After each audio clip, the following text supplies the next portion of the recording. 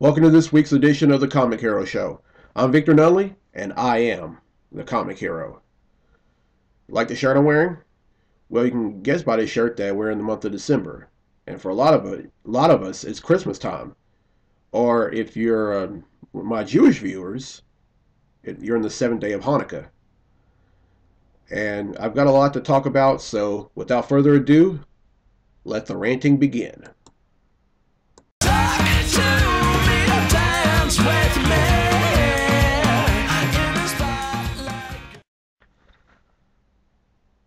The first thing I want to talk about is this book I'm reading called Thor: God of Thunder.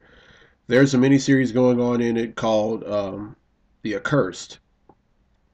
And in this miniseries, there's a dark elf by the name of Malekith who had been imprisoned by his own people for crimes against, well, Svartalfheim, where they all, which is the realm where they all live. Well, in this story arc, he breaks free, and he ends up gathering up some folks for his new army, and they end up killing folks.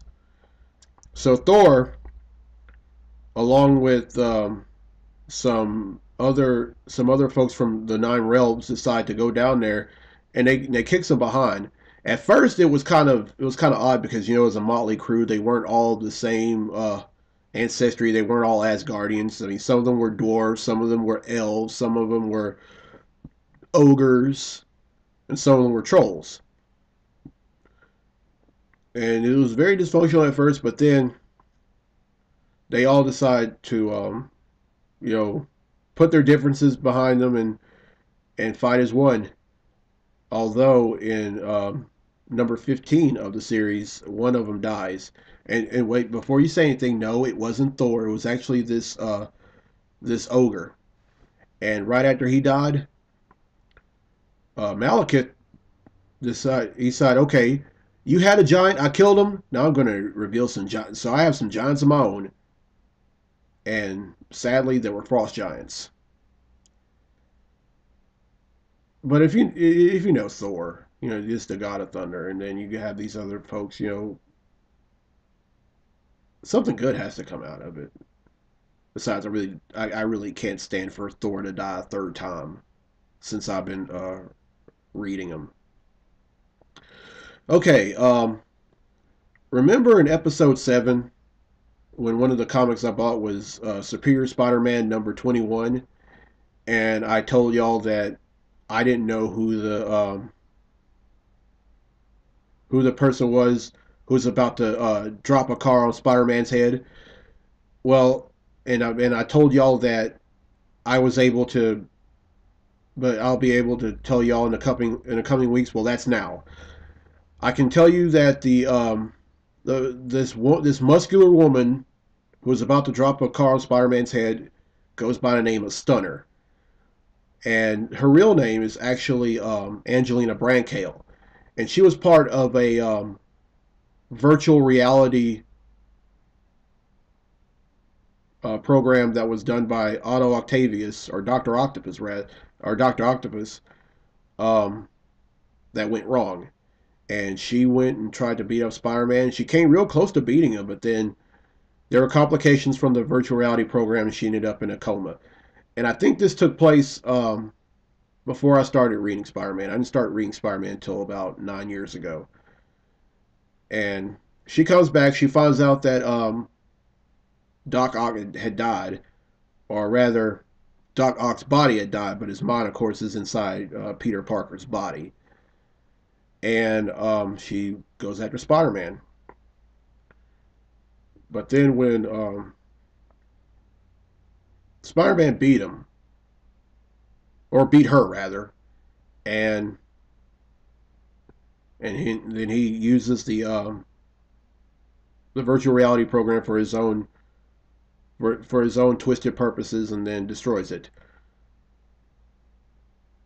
By the way, Brancale was also in a relationship with Otto Octavius. Okay, what else? Oh yes, ULM beat ULL last night. There, well, this past Saturday rather, 31-28, and they finally got that monkey off of their back that they've had for years. I mean, it's just like one of my good friends I was used to be in band with always says, they can beat them when it doesn't matter, but they can't when it does. Now, with this win, they in the regular season with a 6-6 record. Whether or not they're going to go to a bowl game because they are bowl eligible with 6 wins remains to be unseen. I hope they do, but if they don't, well, it'll be the end of a great career for quarterback Colton Browning. All right. For the longest time, there ever since after Ben Affleck was casted as Batman, which I still don't understand. Um, there have been talks that Wonder Woman may be in the Superman Batman movie that's set to come out in the summer of 2015. Well, I can tell you that not only is she going to be in it, but today they announced who they casted for it. They casted Gal Gadot. I think that's how you pronounce her name, but she was in the Fast and Furious movie. She played Giselle Haribo. I think it's going to work. I mean, it's not. I mean, it's not Jamie Alexander from Thor and Thor: The Dark World that I was hoping for, but I think it's going to work because you have to remember, Wonder Woman, her character is Greek, and Gal Gadot, she's she's Israeli, and I mean she's from Israel. She's is Israeli born. I said Israeli. Sorry, but anyway, I think it's gonna work. Now Ben Affleck, for that's a whole other monster right there. And speaking of Fast and Furious movies, of course you all know that Paul Walker was killed in a car crash last weekend. He and his one of his good friends were in a car and they hit a light pole and then the car caught on fire. Um, it's a great loss that we had. Um, I've watched just about all of the movies except for Fast and Furious Tokyo Drift. But he was a great actor, and but one thing's for sure, I can only imagine. He has a 15-year-old daughter, and I can only imagine what she's going through because I kind of in a way I kind of know what she's going through because I lost my father when I was 16, and um, but anyway, the I learned that the Fast and Furious 6, which is going to come out on DVD next Tuesday, well, all anyone who buys that, all the money that's being paid for any of those DVDs is going to go to his foundation that that he sponsored for a while. So that being said, I think I'm going to go ahead and buy Fast 6 as well. Okay, that's all I got to rant about. So without further ado, let's get to the comics I bought today.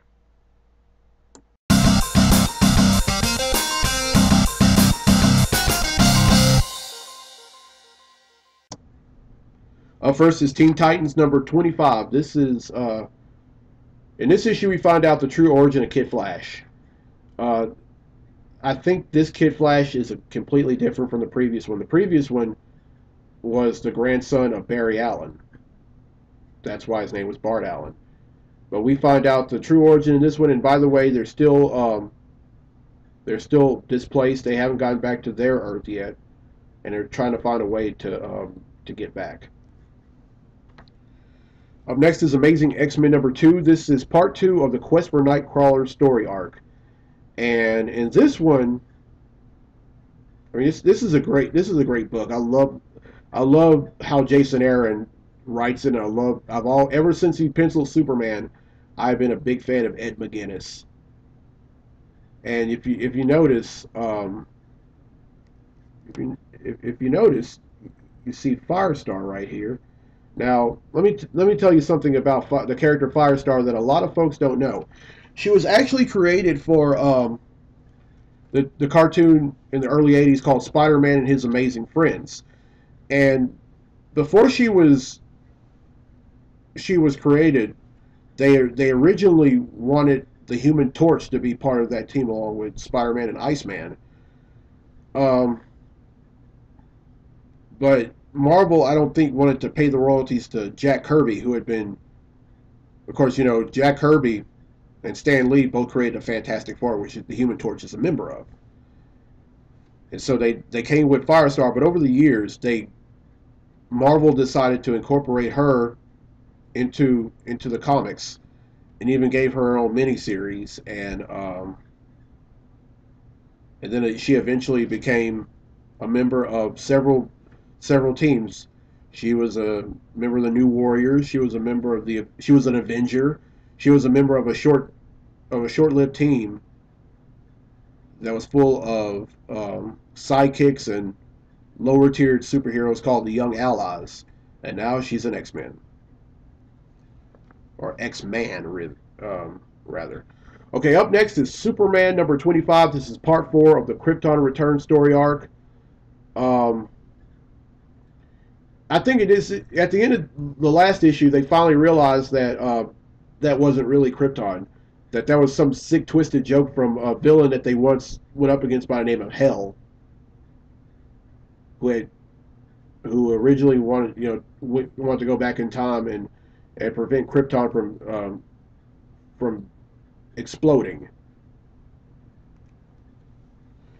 All right. Up next is Action Comics number 26. Um, in this one, he goes up against some five-headed monster, and then he starts reminiscing about growing up in Smallville.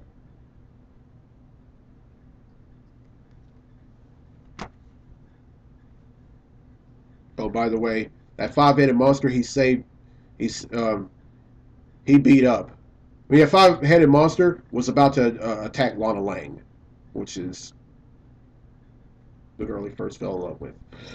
Okay, next is Iron Man number 19. This is part 2 of the Iron Metropolitan story arc. I've read number 18, and what they're doing is it's kind of going back and forth from the present to the future, and you're going to talk about Tony Stark and his brother Arno Stark, and of course recently in the Secret Origin of Tony Stark story arc before this one, he finds out that not only does he have a brother, but Tony Stark also finds out that he has a brother named Arno, and that Tony Stark himself is adopted. But they haven't really talked to. And in this issue, Pepper Potts finds out that Tony Stark is adopted, and she actually meets his other personal assistant whose name is Pepper. But this Pepper actually, the letters in this Pepper actually stand for something. All right, up next is Superior Spider-Man number 22. This is part 1 of the Darkest Hours story arc, and this one guest stars Venom. Now, of course, Venom had his own series, but it got canceled, and now he's coming from Philadelphia all the way back to New York to beat up on Spider-Man, because I guess he finds out who Spider-Man really is, and it's not Peter Parker. I guess he finds out about Otto Octavius, and now he's going to kick some Doc Ock behind. Up next is Nova number 10. Now, you may look at this and say, Vic, doesn't that say number 100? Yeah, it says number 100 right here. But then down here it says number 10. That's only because this is the 100th issue of Nova overall, and in this one, I think Sam Alexander finally gets a chance to learn about all the other people that have been Nova ahead of him, including his father, and including the original Nova, Richard Rider. Oh, by the way, this is a great book. It's a great book. Zeb Wells does such a great job writing this. He also does such a great job writing Superior Spider-Man, which was before that. All right, next up is Scarlet Spider number 24. And this one, um, well, let me tell you what happened. To tell what happens in this one is to tell you what happened in number 23. Now, in the previous issue, he went up against Kraven the Hunter, which is one of Spider-Man's villains. And the reason why he wanted to go up against him was because Kraven wanted to go after him was because it was his blood that saved his life. He thought it was Spider-Man's blood, but no, it was actually Scarlet Spider's blood. And he takes it out on Scarlet Spider by kidnapping all of his friends, including his significant other named Annabelle Adams.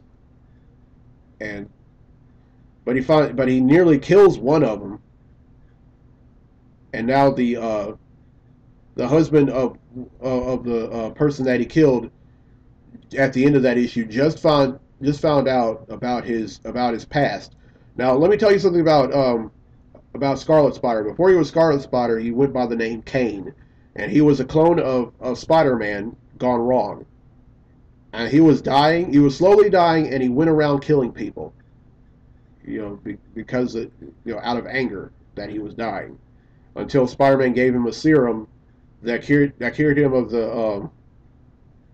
of his illness, and out of gratitude, he decided to change his life and start doing good. And that's why he ends up in Houston. Up next is the final chapter of Infinity. Now, in this book, he finds out that in this book, this thing called the Terrigen Mist ends up infecting all of Earth, and anyone who had the Terrigen gene or carried it and got a whiff of it was altered forever. Like, they don't even look human anymore. Well, they look inhuman. And this one they beat, and I think in this one they beat Thanos. But then they come. I think the Avengers beat Thanos, and they come back to Earth, and then this story arc starts. Inhumanity. This is pretty much the ramifications from Infinity, and it takes place right at where Infinity. This picks up where Infinity leaves off. And I cannot wait to read this, just like I cannot wait to read Infinity number 6. And that's 10 that I bought today, which brings my total to 6,012 comics.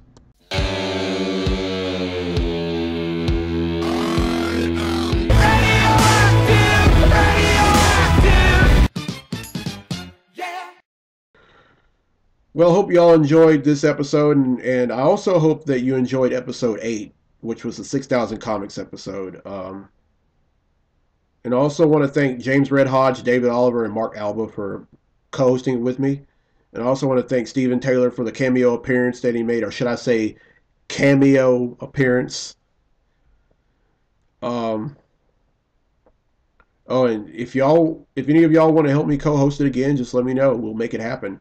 And not just them, anyone. If any of you guys, if you're watching this right now and you want to co-host this show with me, I'm all for it. I always say this at the end of every episode. If y'all have any suggestions that y'all have for this show, please let me know. Don't keep it to yourself. Let me know. All right.